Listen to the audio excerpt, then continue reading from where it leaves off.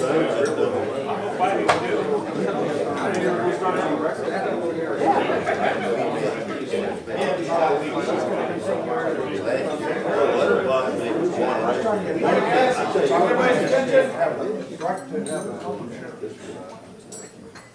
ahead and get started this morning. Once again, welcome. Thank y'all for being here. Got a couple more that are going to show up. They're going to just keep taking your breakfast orders if they haven't already, and if you need something, coffee or water or whatever, just flag down Kevin, and they'll get it for you. Those of you that attended last year, we're going to do kind of the same thing, just kind of have a discussion. I'd like to let everybody have an opportunity to ask a question. After everybody's had a general opportunity, we can come back and you can ask 2 or 3 if you'd like, but let's make sure everybody gets a chance.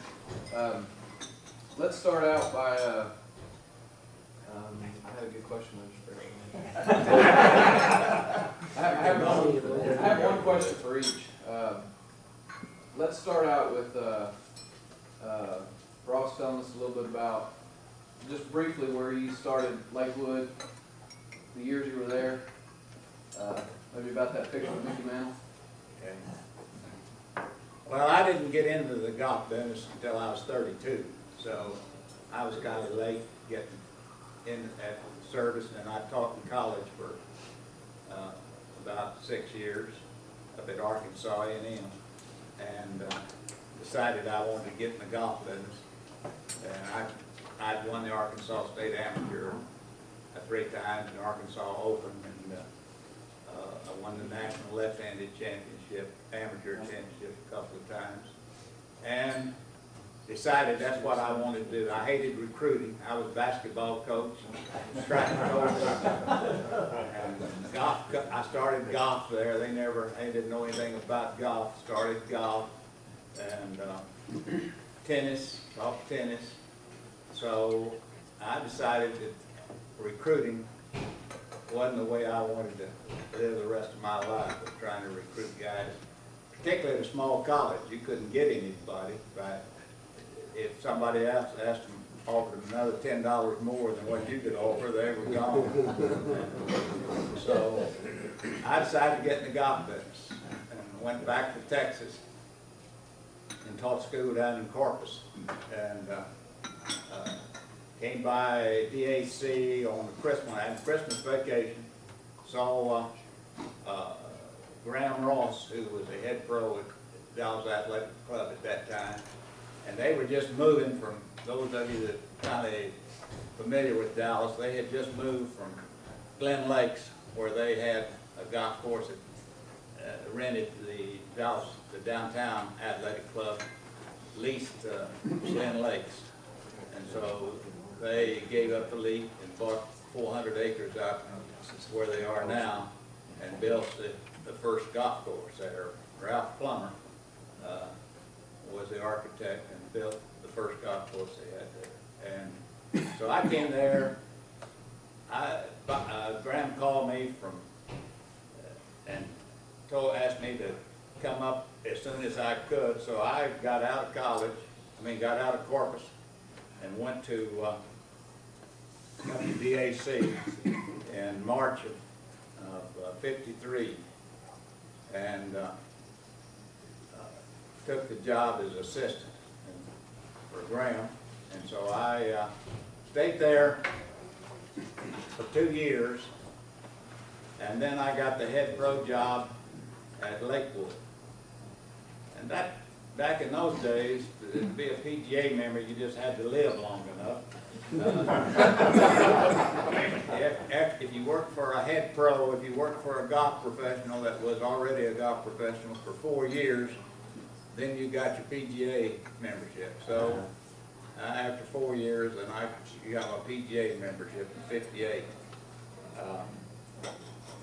So I stayed at Lakewood for 10 years. Then I went to Dallas Country Club for 4 years.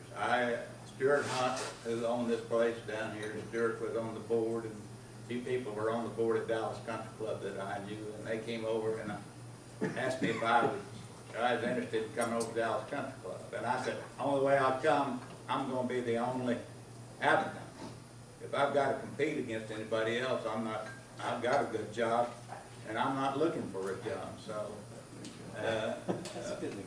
So they decided that they would offer me the job and no strings attached, and so I went to Dallas Country Club and stayed there 4 years, and then Graham Ross, who was a DAC, retired, and at DAC, the pro owned the golf carts and the golf shop, and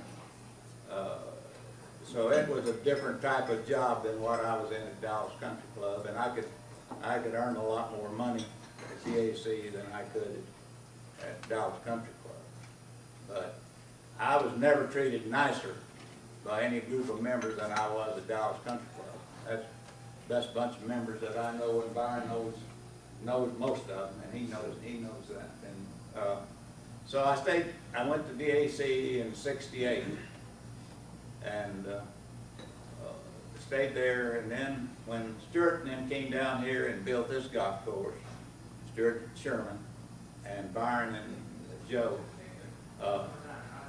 I came down here and just happened to come through here and stop by for a visit, saw the place, and so I'd heard that the pro, they were going to hire a new pro down here, and so I called Stuart, said, I understand you may going to hire a pro down at River Hill.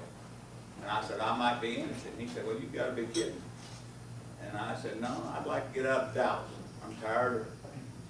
At DAC, had 36 holes, had about 16 employees, and I was kind of ready to make a change and slow down a little bit.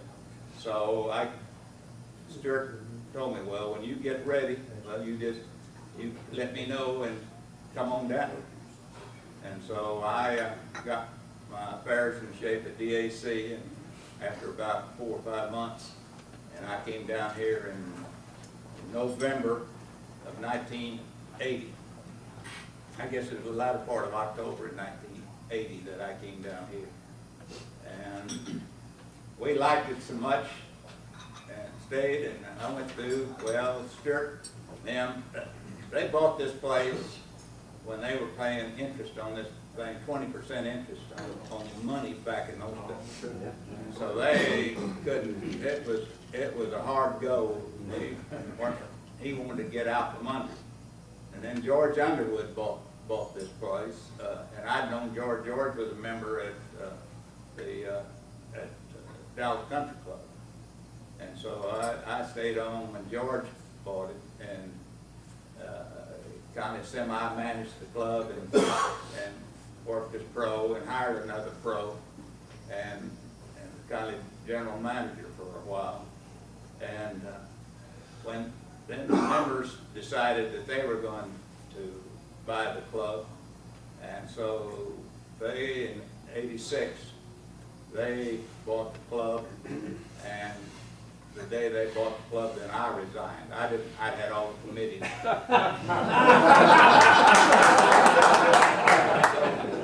had all the committees on. And so I decided that I'd retire. So in '86, then I retired. So that's the way I got here. I had a chance. DAC, when I left DAC, they gave Margaret and I, my wife and I, lifetime memberships for the rest of our lives, cart fees, everything for the rest of our lives. But we decided that we liked it down here better than going back to Dallas. So we decided to stay here. So that's kind of the way I got here. That's a story, kind of long, but that's the way it is. Thank you. All right, I've got one question for the other pro, and then I'll let everybody else have at it. I sat with Mr. Nelson's accountant last week up at the Four Seasons, and he told me a story about the greatest 4-ball match. Was it a 4-ball? Is that the format? At Cypress. One. He said it was the greatest. He said, the one at Cypress. Right. That's With, great. was it That's Ken bad. Venturi? Yeah. He asked me to make sure I ask you that story. Well, let me, Ross gave you his idea of the story back, and I tell you that, I've known Ross for many, many, many years. How many years? Ben? I'm about 58, Yeah. 46. And, I tell you, in that period of time, before I said anything about me, in that period of time, I've been around all the clubs where he was pro. I've been around Dallas, Fort Worth, here, and I've never heard one single derogatory, even innuendo of any kind against this man. It shouldn't be, because he is some super guy and has been from word go one. And I've been so pleased to have Ross as a friend, and also now as a neighbor. He sees him to my place when I'm not here. So now then, about that match, it happened kind of in an unusual way. I had to build up to the match, the way the match happened.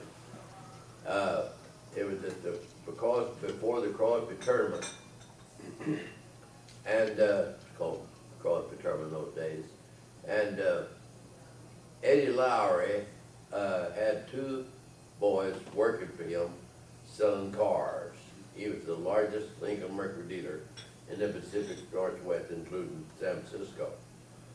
And he played golf, and he's the man that came to France. We met, you've seen the picture. We met, won the Open, the first American, won the American Open in 1913. And he was 10 years old and caddied for Francis. So he's been absolutely a golf nut. Well, he was working for him, and Kenny and Harvey played in the San Francisco City Championship the week before the Masters. Across the tournament. And there'd been a question of who was the best. One then Harvey is better, and Kenny was better. Well, Harvey was a great amateur, won the British Amateur, American Amateur, back-to-back and stuff like that. And so when they played the City Championship, is the largest city championship played in America, was in those days. They had 1,500 interests. They didn't work, they weren't working, they finally worked out.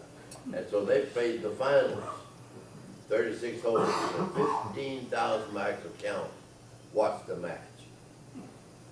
And so, now that's the week before the tournament. So, after Crosby and a man named George Coleman and his wife had a home right back of the club at Pebble Beach.